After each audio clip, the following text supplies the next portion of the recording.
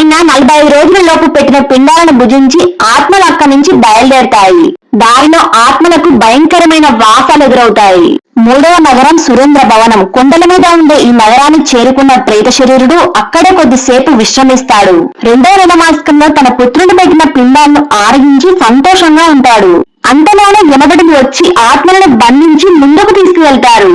ఆత్మ ప్రయాణించబోతున్న 4వ నగరం గాంధర్వ శైలం. అక్కడ 3వ మాసకంలో తనకు ఇవ్వబడిన పిండాలను స్వీకరించి తిరిగి నడవడం మొదలు పెడతాడు. ఆత్మ గాంధర్వ శైలం నుండి బయలుదేరి 5వ నగరమైన శైలగ నగరానికి చేరుకుంటాడు. అక్కడ 4వ మాసకంలో తన పుత్రుడు పెట్టిన పిండాలను జలాన్ని గ్రహించి తిరిగి తన ప్రయాణం మొదలు పెడతాడు. 6వ నగరమైన క్రౌంచ పట్టణానికి చేరుకుంటాడు. క్రౌంచ పట్టణం కొంగలకి నిలయం. అక్కడికి చేరాక 5వ మాసంలో తన పిండాలను ఆరగించి కొద్ది కాలం అక్కడ గడిపి కౌరపుర అనే పట్టణానికి వెళ్తాడు. ఆత్మ అక్కడ కొన్ని రోజులు విశ్రమిస్తాడు.